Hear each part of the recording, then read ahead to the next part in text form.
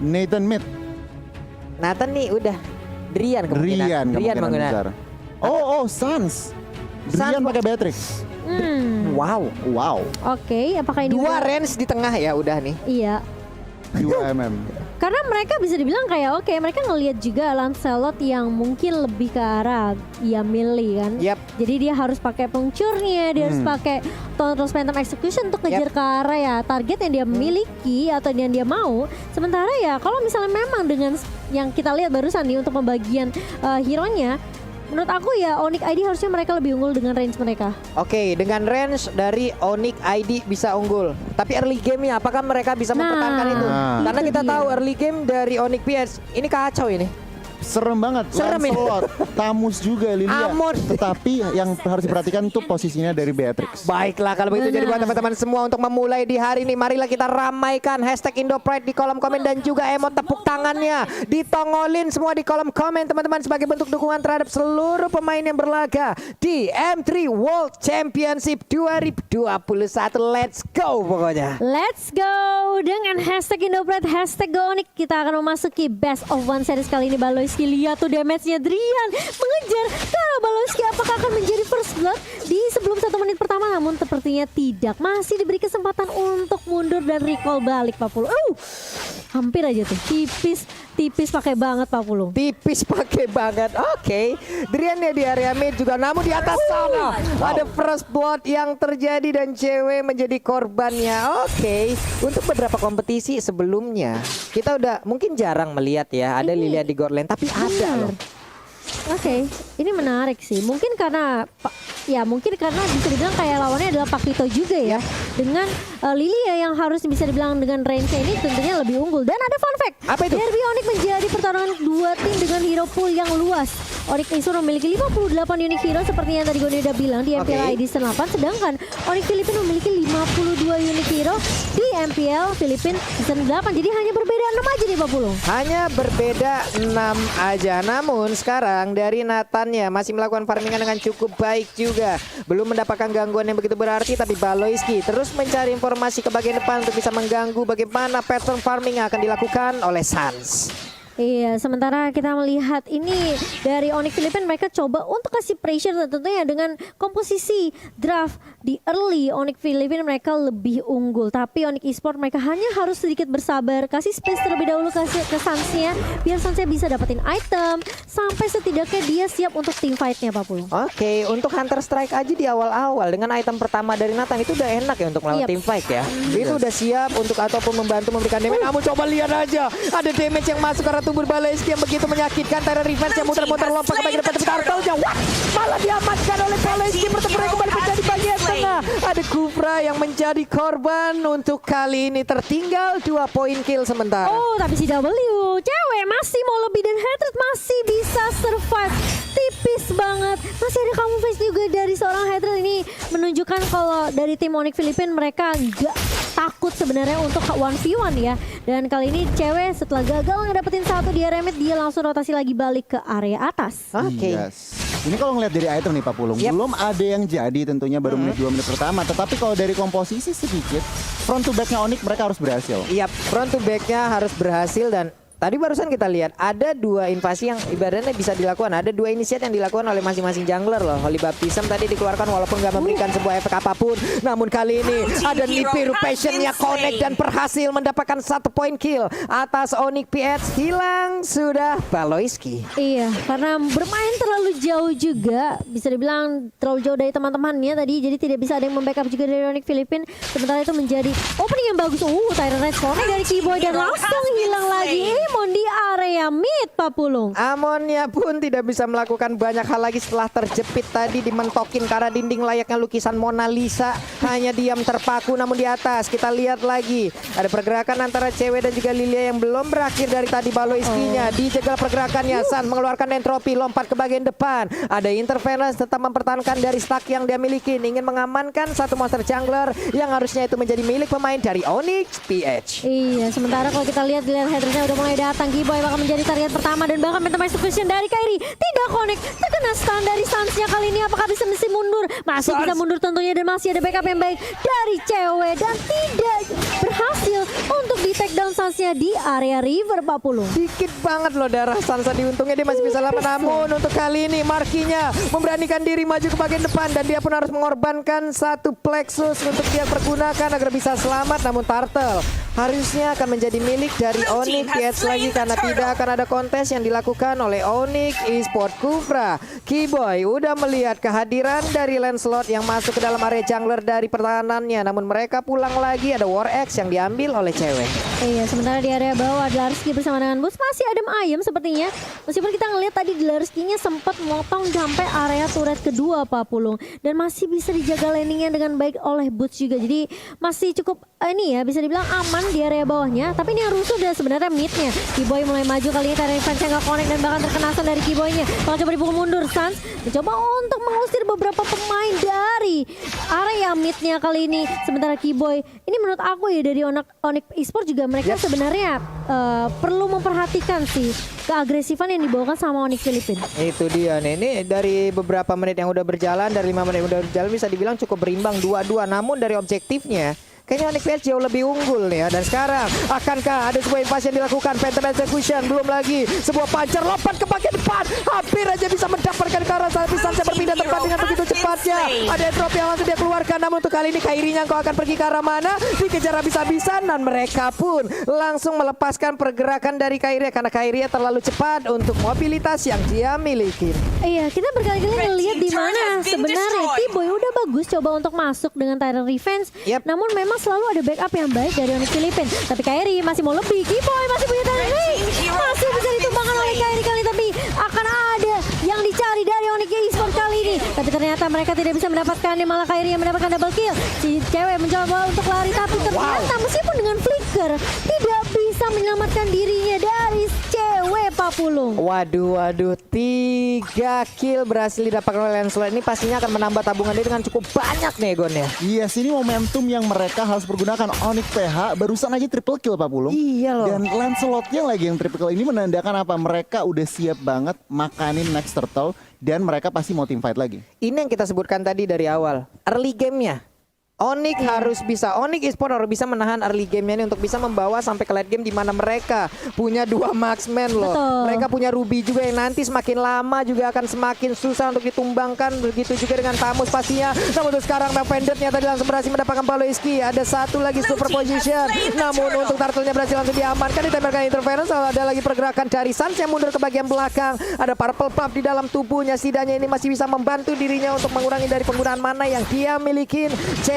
Masih ada di bagian atas sana. Boots-nya ada di bawah namun di tengah Kiboy bertemu dengan Paloiski. Tyrant Revenge-nya, Tyrant Rage-nya langsung connect ke bagian depan. Ada Oli Baptiste langsung dikeluarkan begitu aja. Pertempuran kembali pecah di bagian depan. Boots-nya tertinggal di bagian belakang. Untungnya dia masih punya flicker. Dia lompat ke bagian belakang. Tidak ada satupun pemain yang tumbang sejauh ini. Wow, ini kita ngelihat kali ini Onyx Filipina setelah mereka dapetin momentum triple kill, mereka kasih pressure terus-terusan ke arah Onyx Esport dan menurut aku Onyx tuh harus sabar aja sih. Kasih space dulu sampai Beatrix dan juga Nathannya masih bisa join team fight, tapi kali ini di area bawah Boots mencoba untuk menarik dan nama Fendi tapi terlalu tanky juga dari seorang Tamus Dlarsky masih bisa survive. Masih aman sejauh ini lewat fight yang barusan terjadi, belum ada korban yang jatuh, belum ada lagi objektif yang berhasil diamankan. Sementara itu Kairi bagian ada sniper ditembakin tapi tidak mengenai ke arah siapapun. Ada Kiboy yang siap bersembunyi lompat dengan Tyrant Revenge-nya. Namun sejauh ini masih ditahan terlebih dahulu karena mereka seperti akan mengamankan Tamus di bagian bawah. Ada pergerakan, coba kita lihat minimapnya. Nathan yang mulai bergerak, ada Beatrix-nya, Tyrant Revenge juga walaupun belum langsung bisa mengenai ke arah Tamus. Tapi Tamus masih bisa bertahan sejauh ini hanya saja Imo Vendor ditambah lagi entropy, belum lagi ada Dibiri Potion. Begitu banyak ultimate yang langsung dikeluarkan guna untuk bisa mendapatkan ke arah Tamus seorang diri. lagi. Iya, dan bahkan mereka dapetin satu turret objektif di area bawah. Cewek bakal coba untuk nahan di area mid terlebih dahulu dan Carry masih bisa menumbangkan Sans kali ini. T-Boy bakal coba untuk menahan mundur. Boots juga bakalan langsung mundur aja setelah kehilangan Sans di area rivernya. Tapi Carry ternyata masih mau lebih kali ini. Drian dia akan menjadi target kedua dan bahkan dari Onyx Filipin mereka nggak mau paksain teamfight-nya. Cewek bakal coba untuk nahan kali ini. Knockout Strike terkena ke arah seorang Hatred, tapi Carry masih bisa berdiri tegap dan bahkan dari seorang Baloyski dan juga Hatred tidak tumbang di area sungainya Papul. Itu Patrick barusan snipernya boleh-boleh damage ya. Itu senapan pemburu rusa dibawa ke lane of dawn sekalian nembak peluru segede apa itu Pak? Hilang. Sakit banget ya damage-nya. Ini perlahan demi pasti Gon. Onyx Esports mereka udah mulai dapetin momentum balik.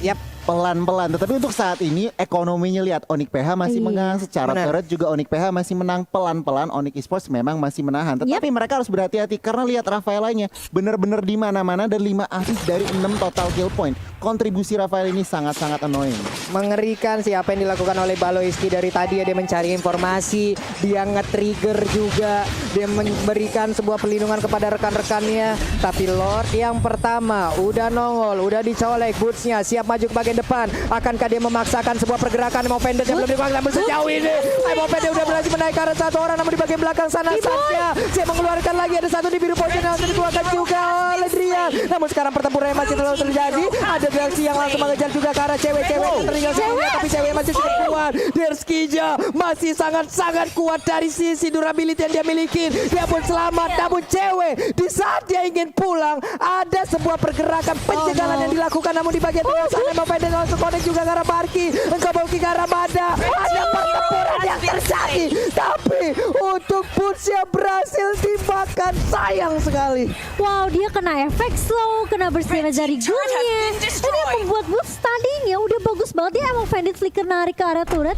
Namun sayang sekali masih bisa survive dari seorang Marky. Kalau kita lihat ke replay ini dari Samsung Galaxy A52G, ini bisa dibilang memang sebenarnya cewek udah bagus banget. Dia numbangin Rafaelanya, tapi masalahnya Marky di sini terlalu sakit, lihat slow banget tuh.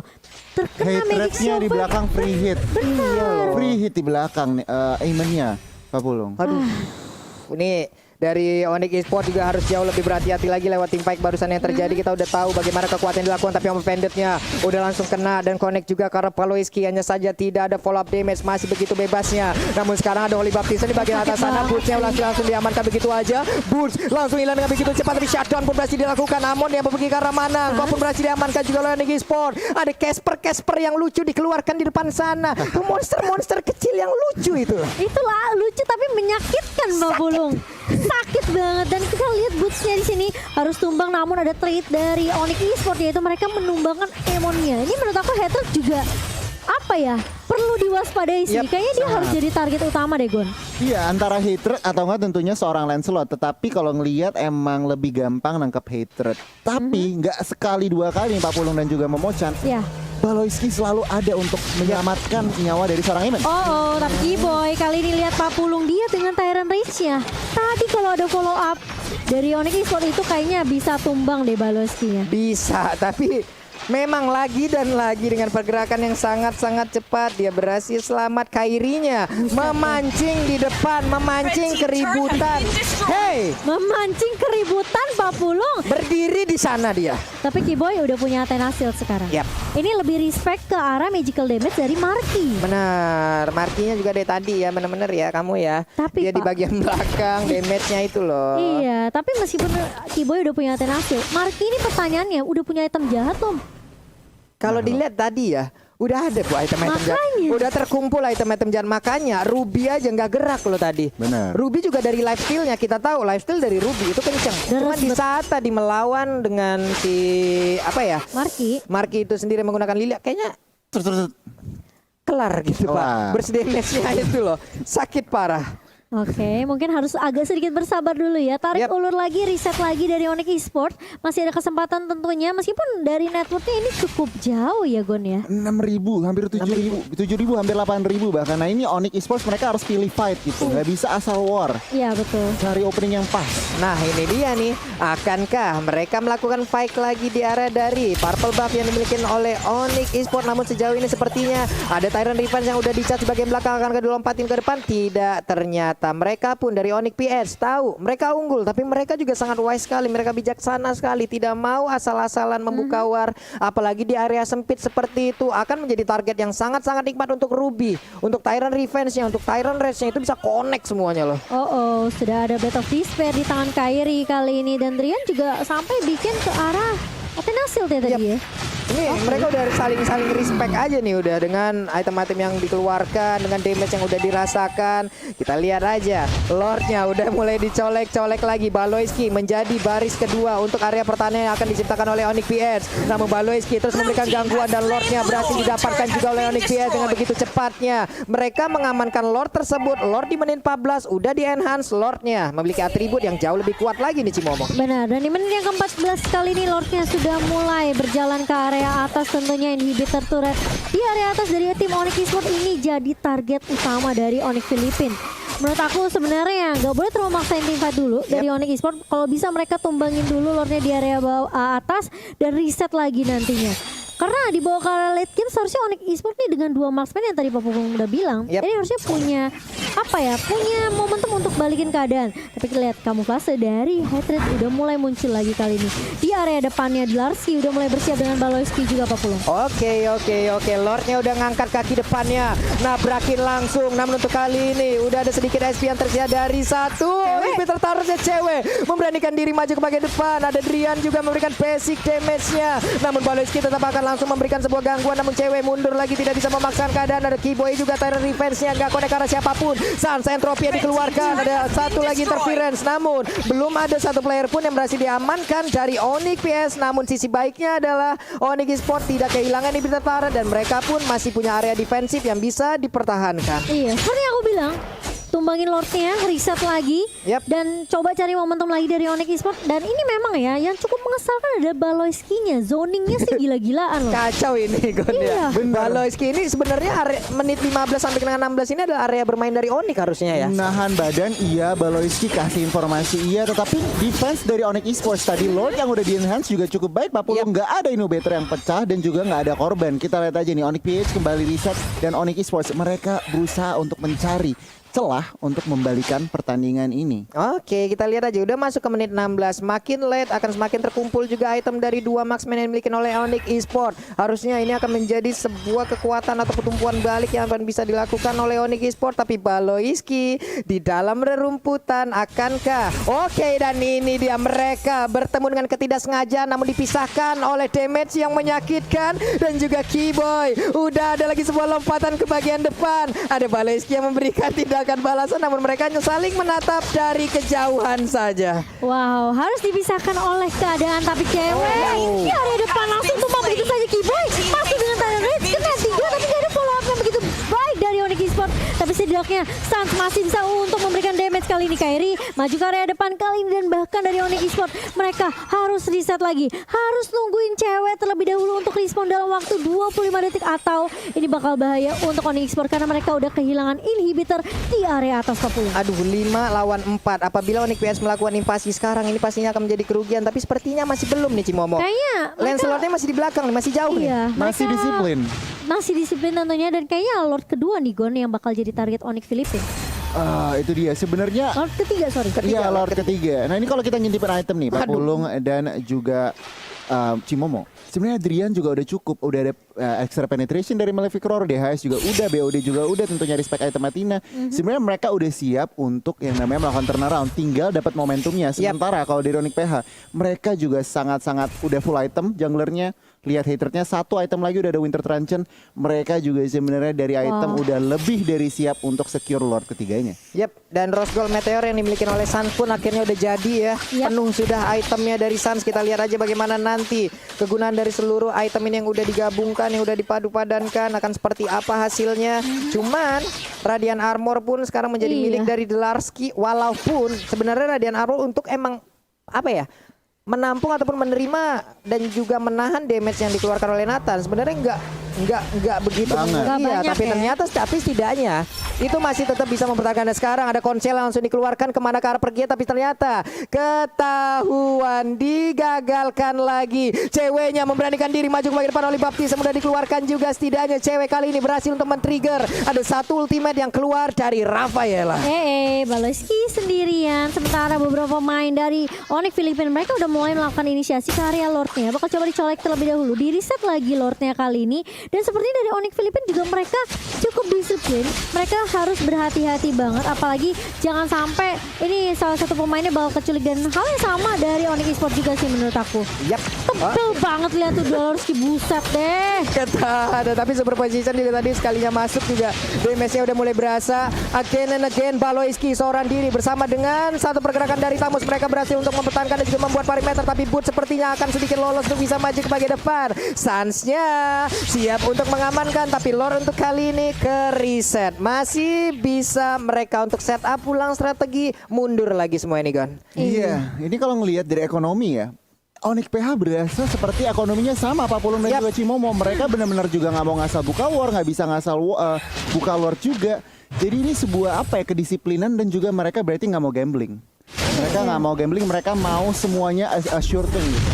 Mereka masih respect banget sih sama damage dari Onyx Esports sendiri karena mereka tahu Onyx Esports bukanlah musuh yang kaleng-kaleng di sini. Sementara Dolorski dengan Inferno-nya udah mulai dibuka dan bahkan terus banget DHP dari seorang Boot. Kali ini masih mau lebih, tapi Lordnya bakal coba untuk dicicil oleh Onyx Filipina. Keyboy kena 3 dari Tyranids dan bahkan headernya pun tumbang.